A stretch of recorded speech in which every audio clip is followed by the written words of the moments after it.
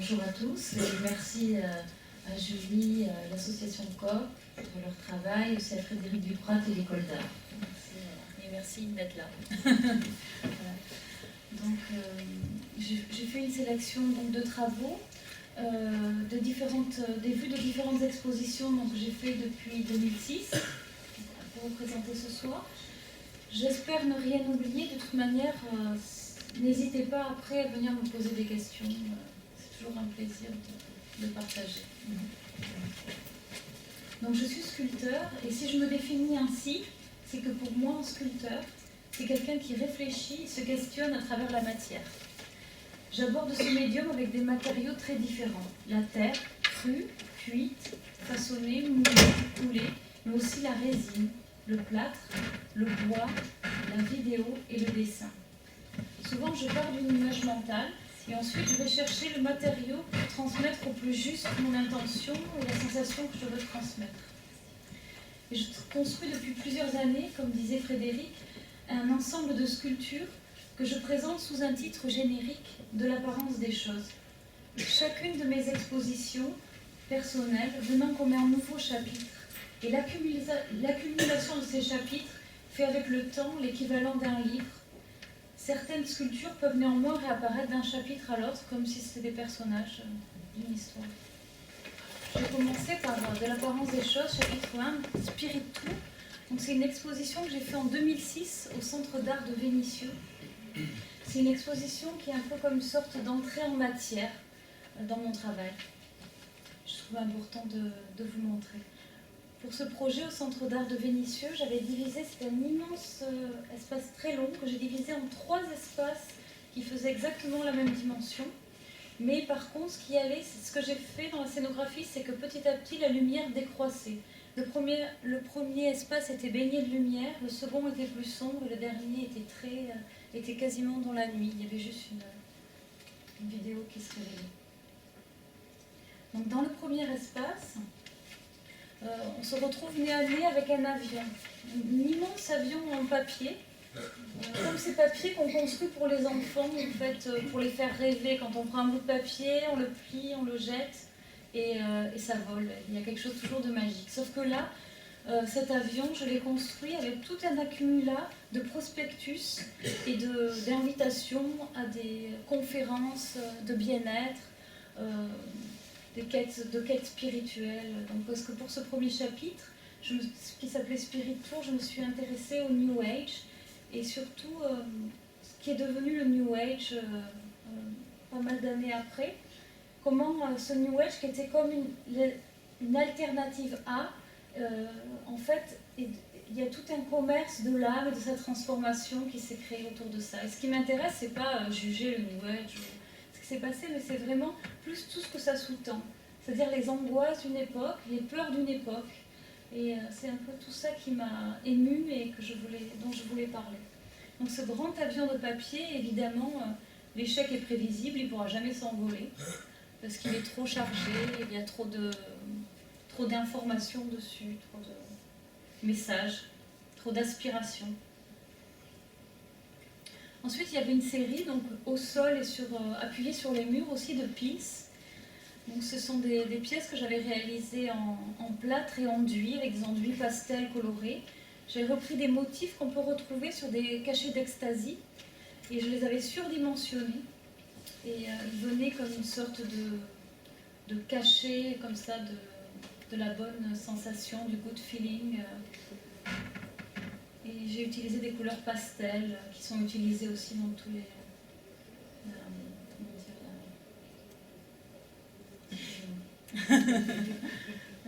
Il y avait au mur la série des invitations. Donc c'était les mêmes invitations qu'on pouvait retrouver sur l'avion, que j'avais récupérées, des invitations pour des pour des stages ou des conférences ou des salons de bien-être, de spiritualité.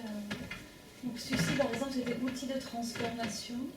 Donc toutes ces tracts, je les ai récupérés, je les ai en fait mis en boule comme des déchets qui étaient utilisés, quelque chose de consommé, jeté, et je les ai reproduits en les surdimensionnant avec une aquarelle.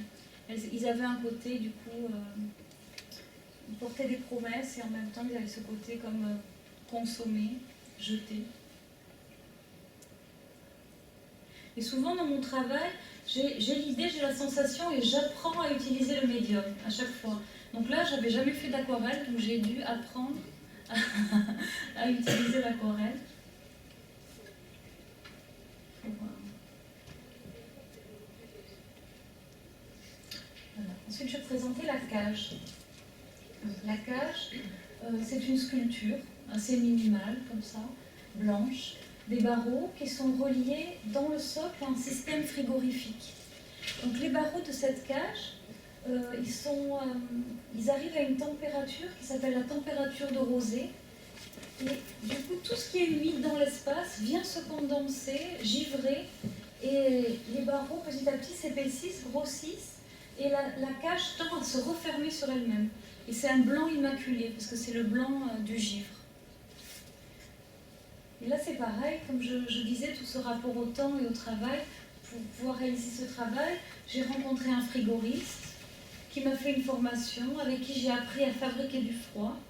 Et ensuite, j'ai construit cette cage réfrigérante.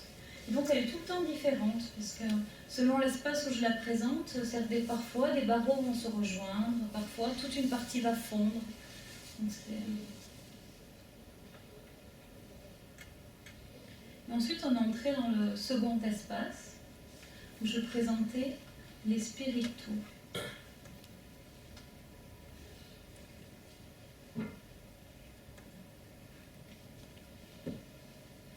Les spiritus, c'est comme des grandes lanternes magiques pour enfants, surdimensionnées, à l'intérieur desquelles j'avais fait toute une sélection d'images, de phrases, de mots, issus de la culture New Age.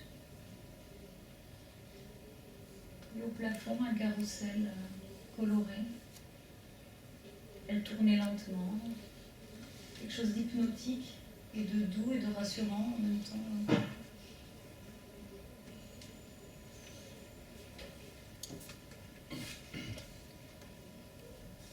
Dans le troisième espace, donc je présentais l'espace qui était sombre, je présentais une installation vidéo qui s'appelait Temple. C'était une sorte de son hypnotique comme ça, des colonnes, comme des colonnes d'un temple antique, d'un équaliseur qui venait frapper régulièrement le plafond de l'espace.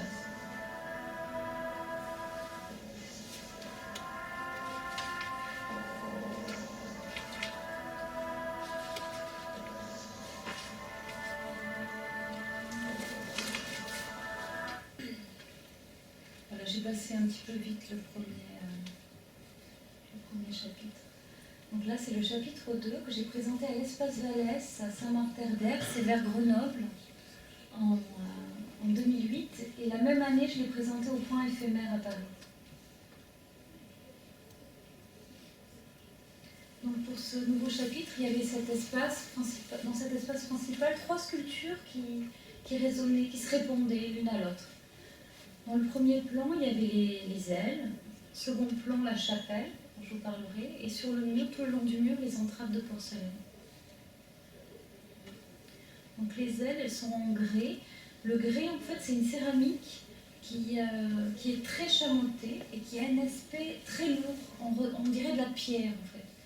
Donc j'avais voulu réaliser ces ailes et qu'en même temps, elles évoquent une impossibilité d'envol. Donc c'est pour ça que j'ai choisi ce matériau.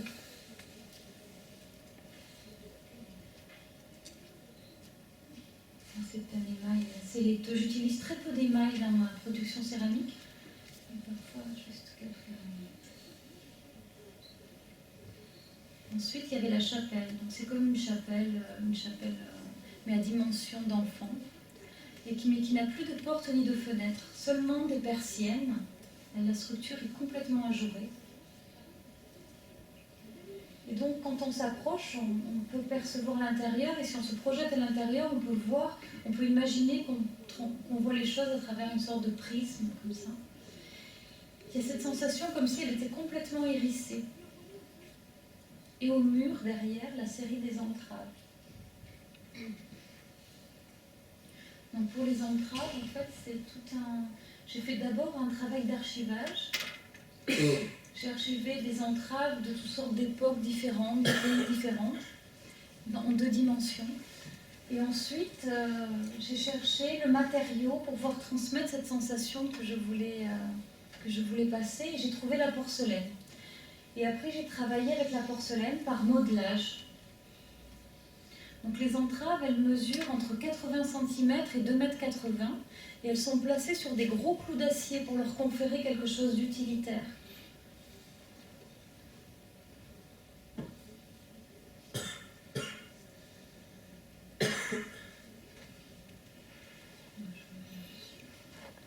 Donc pourquoi la porcelaine? Parce que la porcelaine, ça évoque évidemment quelque chose de fragile.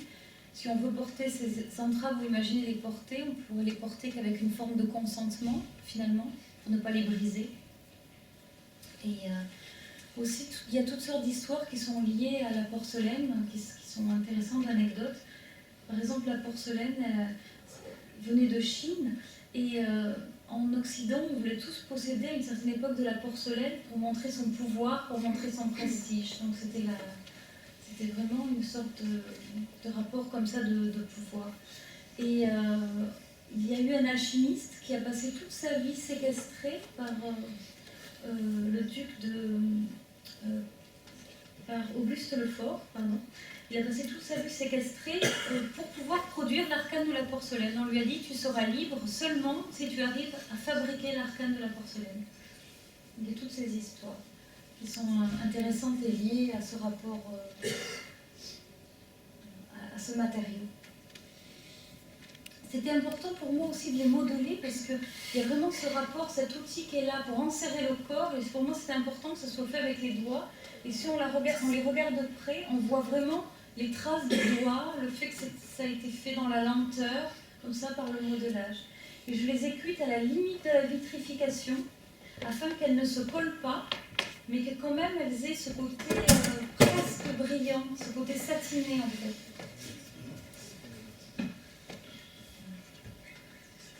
Ensuite, j'ai fait donc un projet qui s'appelait Illusion nécessaire. C'était lors d'une résidence au château de Sacy dans l'Oise. On m'a fait visiter les différents espaces où je pouvais donc travailler et faire ma proposition. Et attenant au château, il y avait une sorte de grange magnifique, avec un toit incroyable, qui m'a tout de suite plu. Parce que vraiment, le grenier, tout de suite, ça fait référence au lieu où toutes sortes de secrets ou de souvenirs sont enregistrés. Et donc, pour cette exposition, j'avais réalisé toute une série de cerveaux en paraffine par moulage, vous pouvez voir, qui étaient accumulés comme ça dans toute leur vulnérabilité, dans ce grenier immense, avec juste une petite lumière.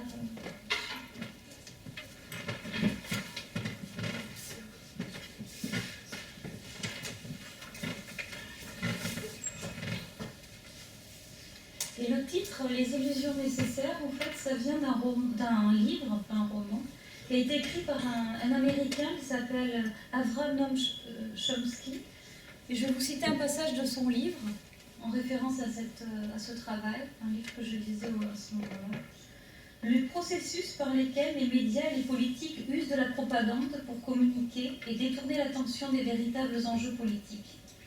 Le maintien de la confusion, de la proximité illusoire évite que la démocratie soit effective. Le vote citoyen est une utopie participative, un jeu initié par l'État qui détourne l'attention sur l'essentiel par la distraction de nos valeureux joueurs. Les hommes restent dans l'ombre de leurs illusions, les sensations impulsées ou autres espaces hors réalité permettent de ressentir sans subir. C'est une industrie de l'émotion par procuration qui se développe, un capitalisme du feeling.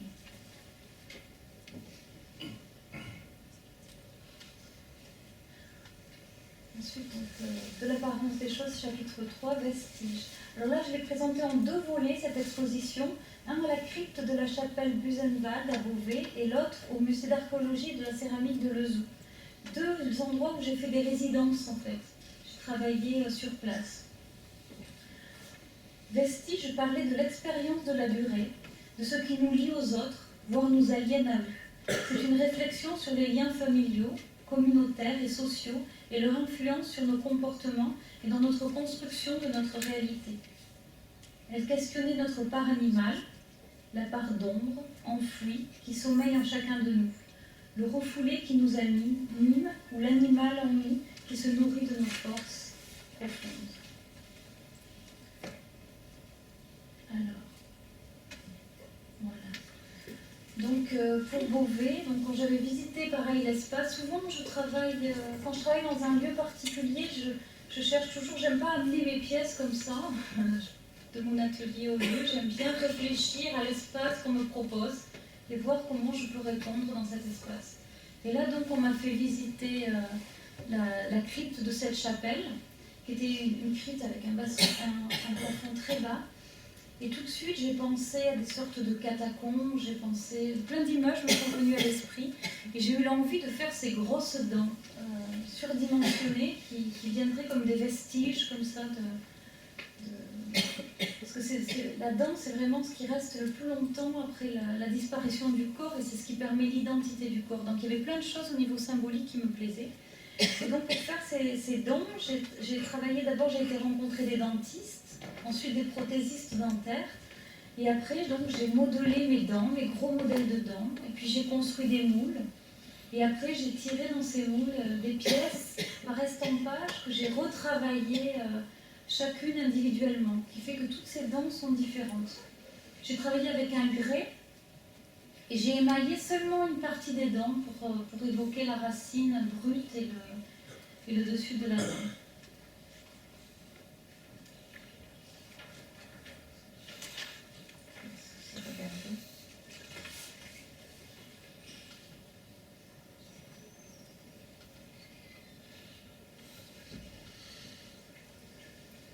Donc elles prennent quelque chose de monstrueux parce que c'est des dents, vraiment c'est des modèles humains mais qui deviennent animales, presque.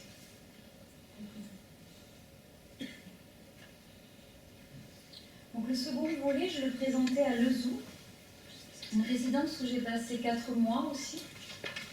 C'était vraiment une superbe expérience parce que c'était un musée d'archéologie et de céramique. Et du coup, j'ai pu travailler avec des archéologues. Je les ai accompagnés sur des fouilles. J'ai regardé comment ils travaillaient. J'ai visité leurs réserves. Donc c'était un tout petit village. Il ne se passait pas grand-chose. Donc j'avais tout mon temps pour vraiment participer à la vie du musée et accompagner les archéologues. Et du coup, c'était vraiment une expérience forte. Et donc, on m'a présenté la salle où je devrais présenter ensuite mes créations. C'était une salle immense. Et j'ai pris le parti de tout mettre au sol. Voilà, pour moi, du coup, je voulais que quand on entre dans cette exposition, on entre comme dans une zone de fouille archéologique. Comme si on découvrait les restes d'un espace abandonné et les vestiges de ceux qui l'ont occupé. L'espace était dans la pénombre. Les sculptures apparaissaient doucement, lentement. Tout était lié à la condition première incarnée de l'homme.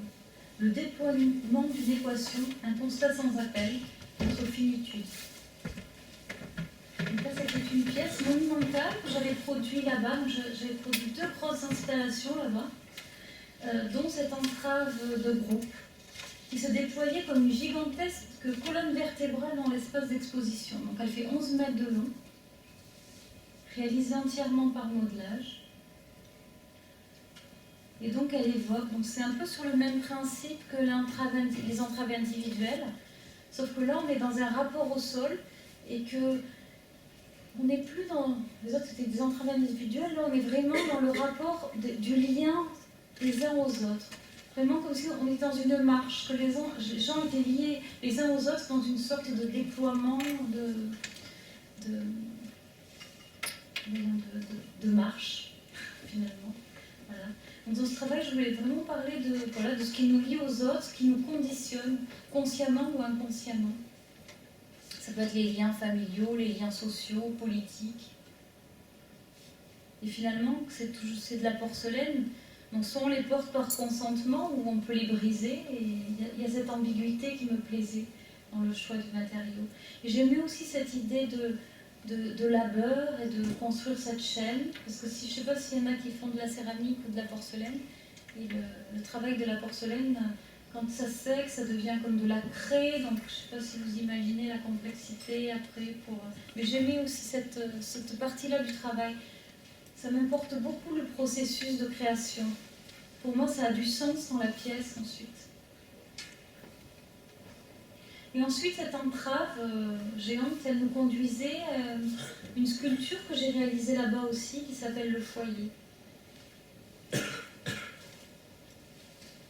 C'était en 2012. Donc le Foyer, c'est une sculpture que j'ai réalisée en grès, en céramique.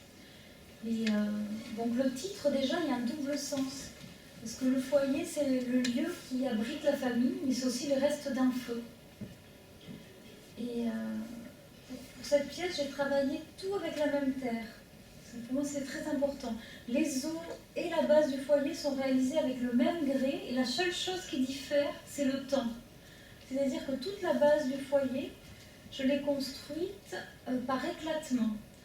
J'ai fait mes plaques de matière, je les ai fait éclater à basse température en les cuisant très vite à basse température. Et elles ont éclaté et j'ai pu reproduire comme les roches volcaniques en fait. Vous pouvez reconnaître des pierres de la Lune ou des pierres volcaniques. Et ensuite, tout le dessus, tout ce qui est modelé. Donc ce qui est modelé, c'est des os de plusieurs corps. Mon idée, c'était vraiment ce rapport comme si c'était une famille donc, qui était réunie comme ça. Et tous ces os modelés, je les ai cuits très lentement à haute température pour arriver à des noirs profonds avec cette terre. Donc pour moi, c'est une sculpture très importante dans mon parcours parce qu'elle évoque des choses qui sont importantes dans mon travail. Donc il y a ce rapport au cercle, ce rapport au foyer et ce rapport du premier lieu qui a rassemblé les corps. Le premier lieu où les humains se sont rassemblés pour parler, pour se nourrir bien sûr, pour se réchauffer, pour parler, et surtout pour se raconter des histoires, pour transmettre. Donc c'est le lieu de l'échange, le lieu de la transmission. Donc finalement, cette sculpture, c'est une sorte de vanité, mais pour moi, c'est pas dans le côté lugubre du fait que nous ayons une fin, mais vraiment plus dans plutôt l'espoir que des histoires qui nous construisent, de ce qu'on nous raconte, de ce qu'on est, qui fait qu'on peut se construire, ou ce qui est vrai ou faux. Et voilà. J'ai certainement oublié des choses, mais après, on pourra parler. Et derrière, on voit sculpture que vous avez vu tout à l'heure.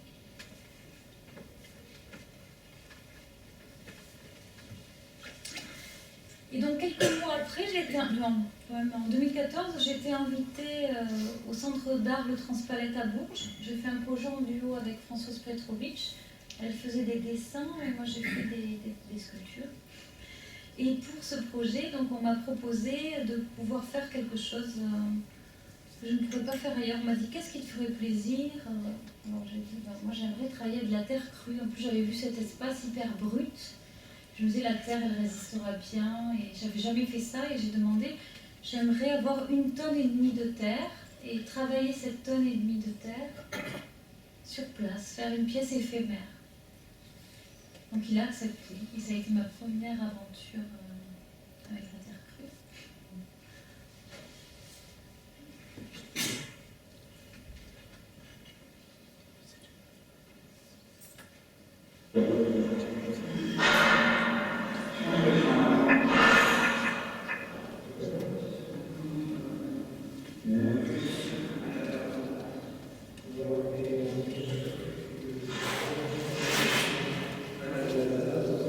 Il fait 7 mètres par 5 mètres.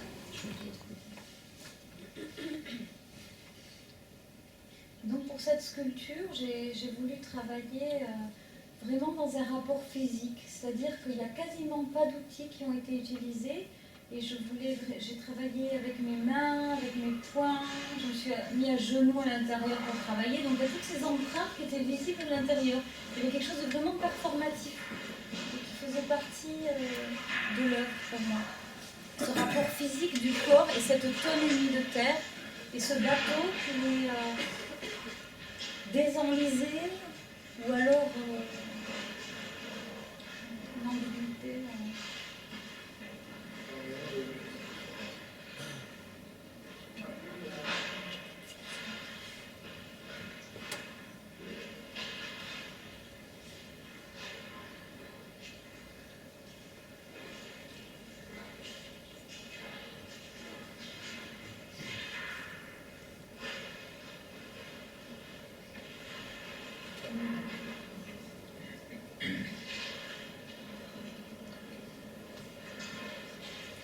On ne se rend pas compte, mais il y a vraiment quelque chose d'assez dur physiquement parce que c'est un endroit où il fait très froid et la terre est froide et c'était vraiment une très belle aventure.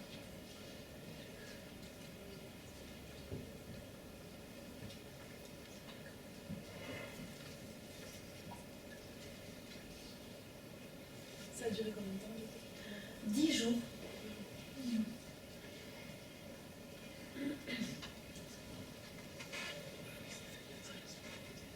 Toute la région de Bourges, je ne sais pas s'il y en a qui connaissent, c'est tout entouré d'une sorte de marécage. Donc cette terre, pour les gens de la région, ils pouvaient la reconnaître parce que c'était vraiment cette énergie qui évoquait des choses aussi.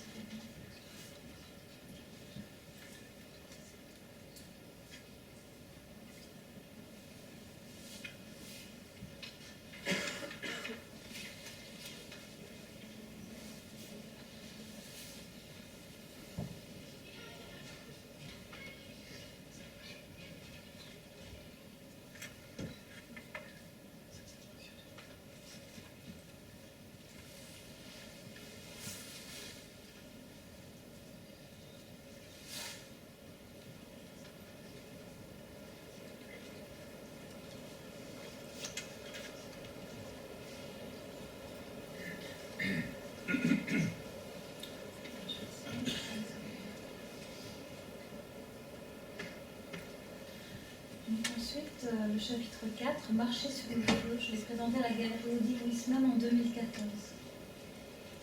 Pour marcher sur le feu, j'évoque l'action d'un rituel ancestral qu'on retrouve chez de nombreux peuples. À l'épreuve du feu, il s'agit de confronter ses peurs et de les transformer, de vivre l'expérience du feu afin d'habiter vraiment son corps. Le feu est l'outil de transmutation de la terre argileuse en céramique. Elle subit par la cuisson une transformation irréversible. De même, dans le rituel de la marche sur le feu, il est question de transformation intérieure. J'évoque à travers mes sculptures l'ambiguïté même de la nature de l'homme, capable d'être sujet et objet du sacrifice, de la beauté et de la violence.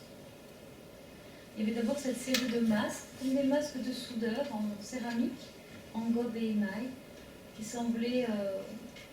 on semblait voir sur la visière comme un reflet de feu. Et la série des bottes.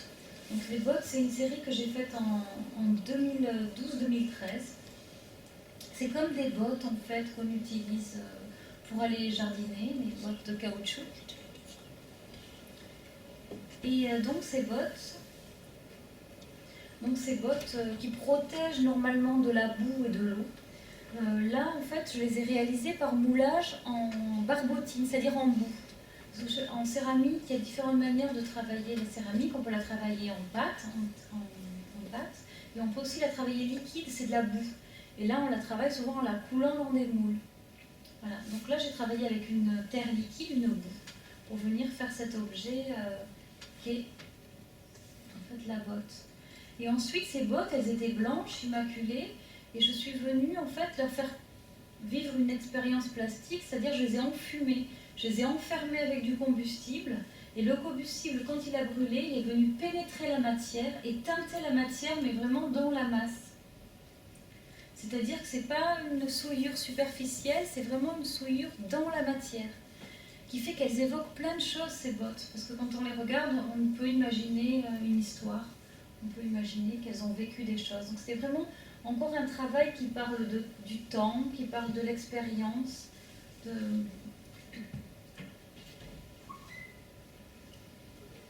je présentais aussi une envolée de haches. Donc là aussi, c'est de la céramique.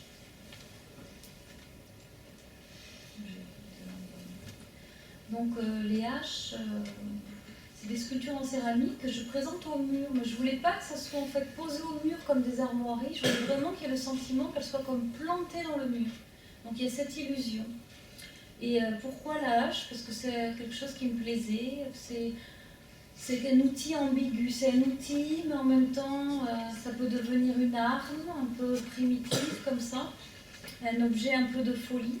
Et ce qui me plaît aussi, c'est que dans la forme même de la hache, il y a vraiment l'évocation comme si c'était la prolongation du bras et du geste. Dans ce travail, je parle du geste.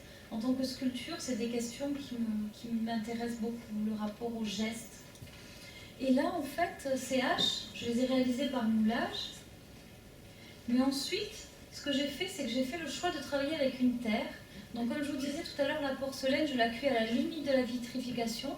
Mais là, cette terre-là, elle est très réactive à la chaleur. C'est-à-dire qu'elle subit plein de déformations dans le four et c'est pour ça que je l'ai choisie.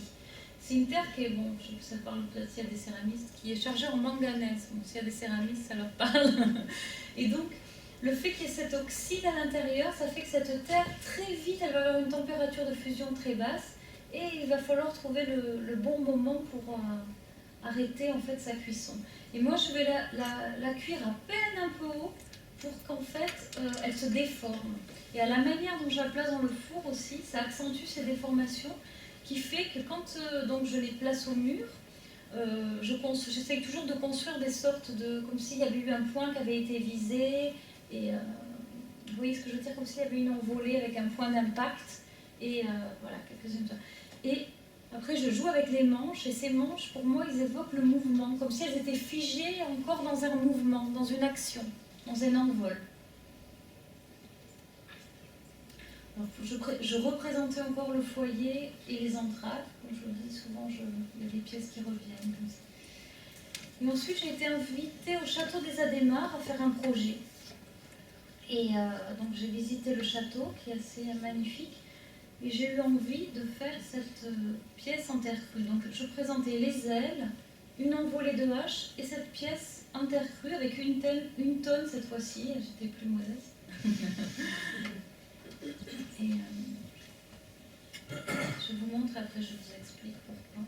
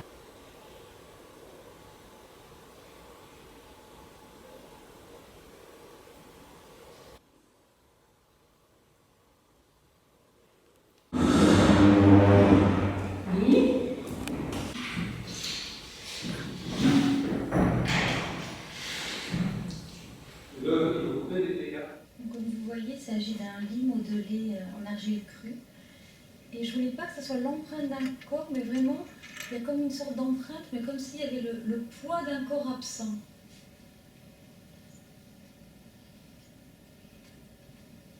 La matière terre, ça me semblait assez juste pour ce travail, parce que la matière terre, c'est la matrice, mais c'est aussi celle qui reçoit le corps mort.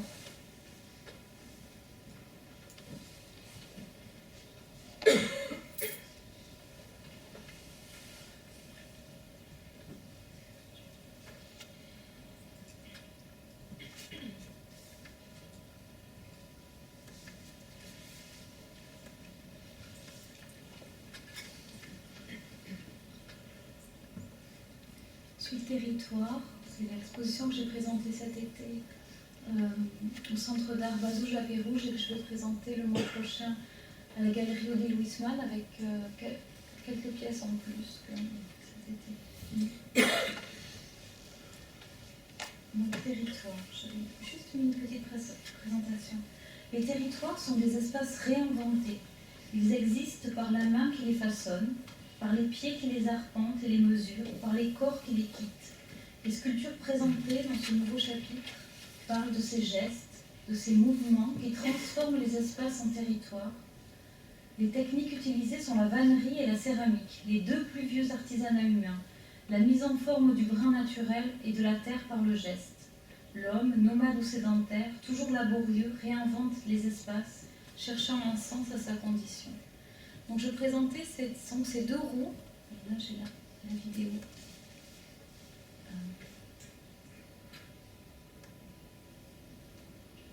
Voilà. Donc ce sont des roues comme des roues de roulotte qui sont réalisées en vannerie, en osier. Seulement elles sont placées au mur, donc elles évoquent le voyage, le déplacement, mais elles emportent juste notre regard, il n'y a plus le report au sol. Elles évoquent aussi le geste de la vannière qui ourdit le panier, ce geste ancestral du plus vieil artisanat, parce que l'homme nomade, le premier artisanat qu'il a eu, c'est la vannerie finalement. C'était attraper des brins, les mettre en forme et construire dans un premier temps des formes utilitaires, comme des paniers. Et on pense même que la céramique, en fait, elle a été découverte suite à la découverte de l'osier, parce qu'en fait, ils enduisaient les paniers d'argile, et un panier aurait été jeté dans le feu, et là, on aurait vu la transformation d'argile en matériaux durs. Donc, c'est des suppositions d'archéologues. Voilà. Et donc aussi, pour ce travail, Jelen Jelem, là on voit un peu toute l'exposition, je vous parlerai des pièces en particulier. Il y a quelque chose qui m'intéressait aussi beaucoup dans ce rapport au territoire, au déplacement, à l'osier. C'était aussi une histoire personnelle, c'est que ma grand-mère maternelle a grandi de génération en génération, c'était des vanniers ambulants. Donc ils se déplaçaient à travers toute l'Europe, ça s'appelait le peuple Yéniche. Ils se déplaçaient à travers toute l'Europe et ils ramassaient l'osier, le mettaient en forme, et ils construisaient des formes, ils revendaient l'osier. Donc c'est tout un mode de vie, une industrie. Et donc il y a tous ces va-et-vient qui font que pour moi cette pièce, elle est... je vais vous montrer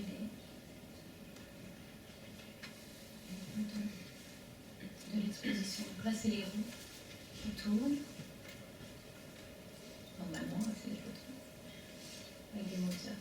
Et ensuite, il y avait aussi, oui, cette pièce qu'on a pris pour l'affiche qui s'appelle Liberté, Liberté chérie.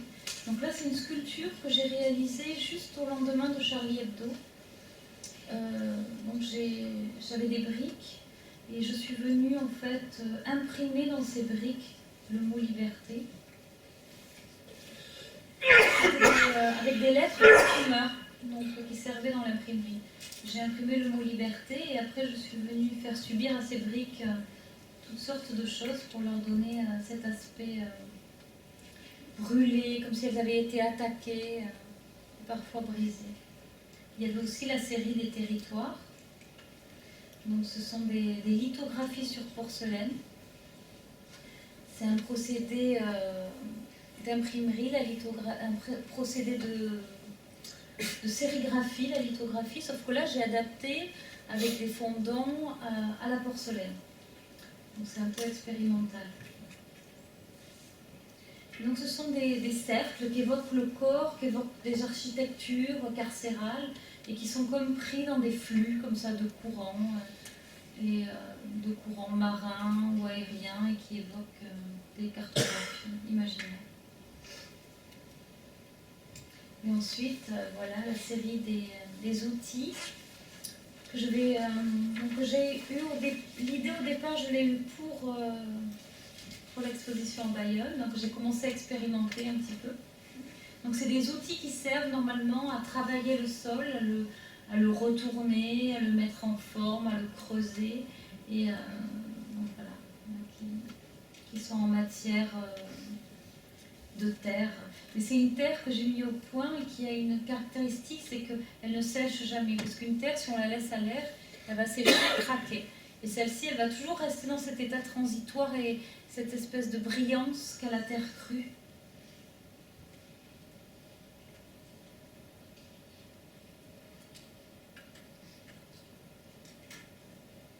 Et une de mes dernières pièces, qui s'appelle Main, qui sont en fait mes propres mains. Dans mon travail, si vous avez remarqué, je ne représente jamais le corps. Il n'est jamais représenté. Et pour la première fois, je représente un élément du corps. C'est pas anodin, c'est les mains. Et dans mon travail, ce qui revient toujours, c'est vraiment le faire et le travail de la matière, de la mise en forme de la matière. Et donc là, j'ai fait ces mains qui sont en paraffine et en terre, et qui sont comme des mains en position de lutte ou de prière. Et qui sont aussi, qui évoquent une sorte de vide, qui évoque, ça peut être des gants ou des mains. Et voilà, j'en amènerai une pour l'exposition, comme ça, j'en présenterai une. Voilà. Et ce qui me plaît aussi dans les mains, c'est toujours un peu cette obsession qui revient dans mon travail. C'est vraiment cette ambiguïté humaine par la main. C'est la main qui peut transcender la matière, construire les choses les plus magnifiques, et cette main qui détruit, qui peut tuer, et cette ambiguïté qui m'émeut. Voilà. J'espère que ça vous a intéressé.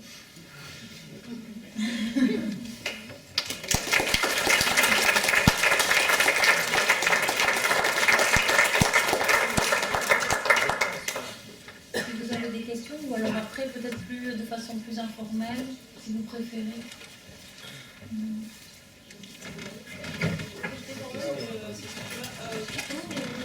La terre qui sèche jamais. Pardon ? La terre qui sèche jamais, comment vous avez fait? En fait, en faisant des expériences et en mélangeant les différents matériaux par des déductions. Ok.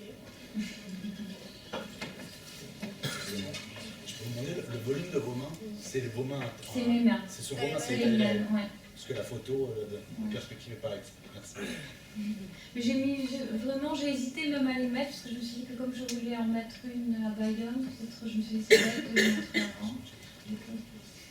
Je ne les ai pas montrées sur toutes les coutures dans la photo, ça vous laisse un peu de surprise. Ouais. Et la couleur, c'est le matériau pur ou tu t'appelles?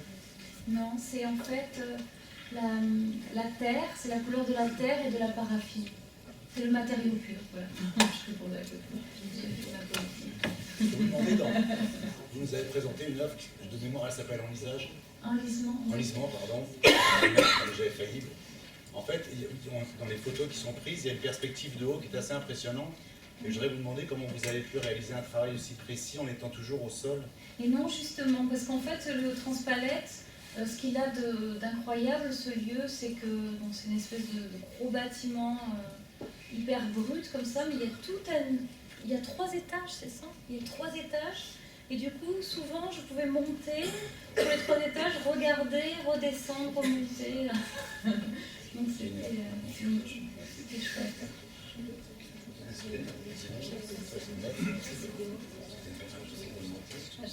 Oui, je voudrais revenir sur l'osier, le travail de l'osier. Oui. C'était quelqu'un qui a réalisé les pièces, c'est toi qui les as réalisées? Tout à fait. En fait, je réalise quasiment toutes les pièces moi-même, j'apprends quasiment toujours la technique pour les réaliser. Mais 2 fois, j'ai travaillé en collaboration, excusez-moi. Une fois pour la chapelle, où j'ai travaillé avec un menuisier, Et une fois pour les roues, j'ai travaillé avec une vannière. Et c'était une expérience vraiment chouette. Parce que donc au début j'avais fait tous mes plans, tous mes dessins, je suis arrivée, je l'ai rencontré, puis elle m'a regardé, elle a regardé mes plans, elle m'a dit mais moi je suis pas un menuisier, mais je comprends pas vos plans, alors du coup c'était, il a fallu nous inventer notre langage. Alors au début c'était un peu laborieux parce que j'avais vraiment les formes que je voulais, et puis après je suis tombée sur son petit meuble, sur un livre. Et je lui ai dit, qu'est-ce que c'est ça? Elle me dit, mais c'est mon livre d'école où j'ai appris la menuiserie. Et là, la vannerie. Et là, c'était fascinant parce qu'en fait, il y avait toutes sortes d'objets désuets. Je ne savais pas ce que c'était parce qu'en fait, dans leur école de vannerie, ils apprenaient par exemple des bannetons ou des choses qui utilisent, toutes sortes de choses qu'on n'utilise plus aujourd'hui, mais qui étaient utilisées à l'époque où l'industrie de la vannerie était c'est-à-dire au début du siècle dernier. Et du coup, j'ai utilisé ce petit cahier comme un répertoire de formes pour parler avec elle. Et du coup, je lui disais, si tu vois, ça que je dessinais, c'est cette forme. Voilà. Elle me disait, ah oui, mais ça, c'est justement un bannetton. C'est un... Et je disais, oui, alors moi, je veux cette forme de telle dimension. Donc, du coup, on a parlé à travers des objets utilitaires, mais qui n'existaient plus. Donc, c'était assez drôle. Hein. Et on s'est compris. Et c'était chouette. C'était une belle aventure.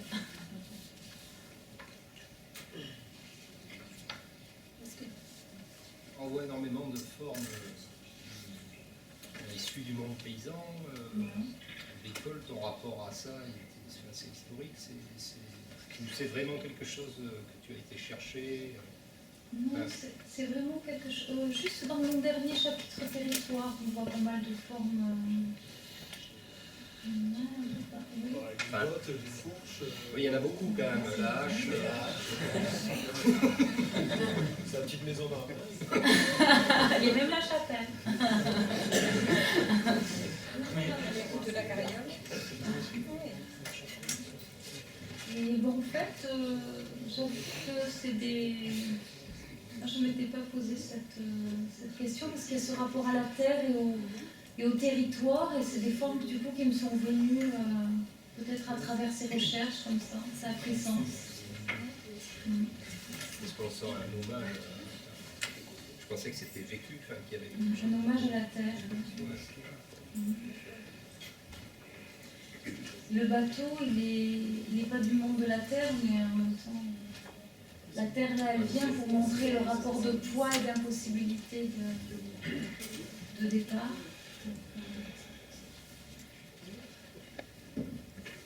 Et pour le projet d'exposition, tu peux nous en dire plus la prochaine ou c'est un travail, ça sera une performance, ce sera... Non, ça sera vraiment une intervention in situ, avec ce matériau terre donc, qui ne sèche pas, où je viendrai travailler autour des outils, des outils pour travailler la terre. Mais là, c'est vraiment un rapport, et aussi dans l'espace lui-même. Je pense que je vais venir vraiment poser la terre dans l'espace, peut-être sur les murs, peut-être sur le sol, il n'y a pas de problème. et donc, intervenir vraiment pour transformer l'espace. Voilà. Et il y a ce rapport aussi, puisque je me suis intéressée à l'histoire, moi je suis aussi de la région, et de culture de la région, et il y a ce rapport... à la culture basque qui m'intéressait, ce rapport de l'héritage en fait dans le peuple basque. Le fait que l'aîné va se voir la responsabilité de la terre, il va hériter de la terre donc dans la tradition, et les cadets, ils doivent se débrouiller et du coup souvent ils partaient à travers la mer comme marins pour essayer de survivre, de gagner de quoi pouvoir revenir et survivre au pays. Et dans cette exposition, je vais parler de ça aussi à travers les cartographies et à travers les outils. Et voilà.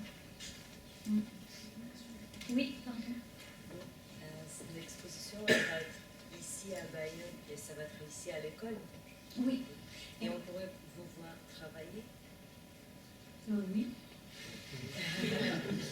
C'est un oui qui veut dire bof. Oui, de temps en temps.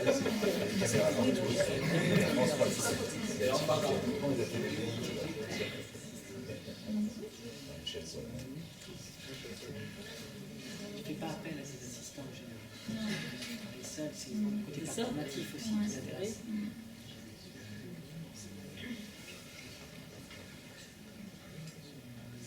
Ce que je veux dire, c'est que pour le bateau qui a été réalisé, enfin la barque qui a été réalisée au Transpalette à Bourges, on lui a proposé plusieurs assistants, mais en fait cette relation-là de faire apparaître cette barque qui faisait plus de 9 mètres, c'était un rapport performatif et du coup c'était vraiment faire apparaître cette forme en grattant dans la terre, donc il y avait un rapport de performance et le fait de ne pas faire appel à des assistants, c'est justement, c'était important de le faire toute seule. Du coup, elle travaille rarement avec des assistants. Moi, j'ai beaucoup pensé à Pénon aussi. Moi, j'adore. Et justement, par rapport au monde paysan, c'est-à-dire que c'est un paysan de la vallée du Pau, enfin, il incarne ça, et son observation de la nature, et son travail. Et on sent ce lien fort. C'est pour ça que je posais la question si c'était quelque chose. Moi, j'ai toujours trouvé que en vivant ici, la nature, elle est forte. Et j'ai toujours trouvé enfant que c'était le meilleur moyen de se centrer et de bien-être, c'est quand on est au cœur de la nature et des éléments. C'est pour ça qu'au début, quand on me proposait pour la Biennale d'Anglet, j'ai eu un moment de panique totale. Parce que j'ai dit non, mais comment je peux rivaliser face à l'océan? C'est tellement fort. Voilà. Ce ne sera pas la première à te poser la question. Oui, mais ce que je veux dire, c'est que c'est vrai que les éléments, pour moi, la nature, c'est vraiment quelque chose de puissant. C'est une digue en terre fraîche. Sculptée par la mer. Les porcelaines, elles sont épaisses, les sérigraphies, les lithographies sur porcelaine. Les lithographies sont fines. Je travaille sur des petites plaques que je fais qui ne font pas plus de 2 mm. Il y a beaucoup de casse. Parce que c'est un procédé un peu expérimental. Et déjà, pour faire une plaque, c'est pas évident. Une plaque, ça résiste. Et en plus, que la lithographie fonctionne et tout, j'ai à peu près un tiers de perte à chaque fois. La cire, ce serait un matériau qui vous attirerait? J'ai travaillé avec la paraffine, j'ai fait les cerveaux, par exemple. C'était arrivé à l'heure. Voilà. Et le corps, c'est un nouveau terrain de réflexion Mais ça touche. Pardon, excuse-moi. Par rapport au début, par exemple, on voit le corps apparaître dans la fumée. Vous disiez qu'à la fin, justement, c'est très rare de montrer une partie du corps. Or, au début, on voit quand même ce corps entier. Qui est immatériel, c'est un corps de fumée comme une sorte de fantôme en fait. Et à la fin, c'est vrai qu'il y a les mains. C'est pour ça que je trouvais ça important. Même oui, mais c'est ça, le corps il est tout le temps là finalement, mais toujours là par son absence, à part avec ses mains. Et l'empreinte, et les empreintes. L'empreinte du poids, l'empreinte, les bottes, qui finalement on sent un corps à travers ces bottes. Le corps est tout le temps là, mais j'aime. Voilà.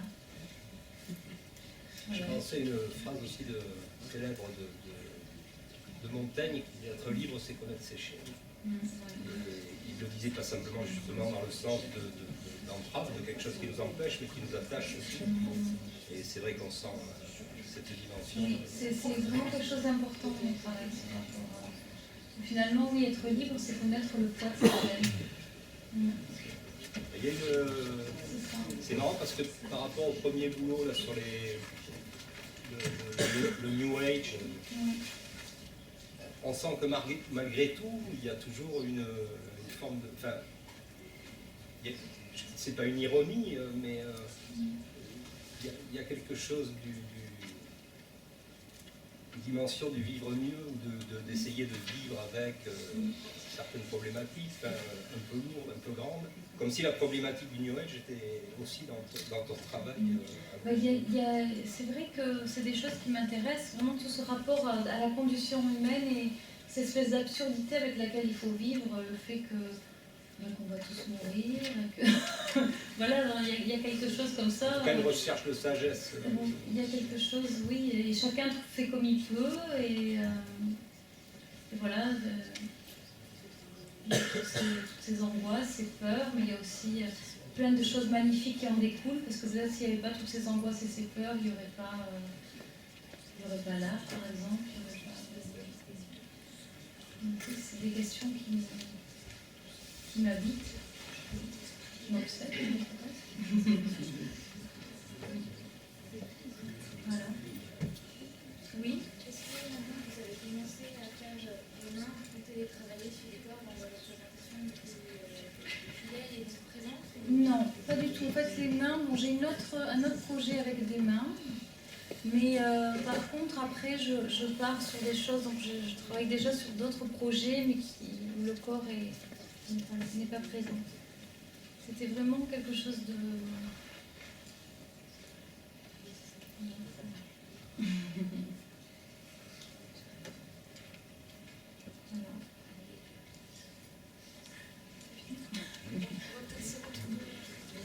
Merci. Merci. Merci.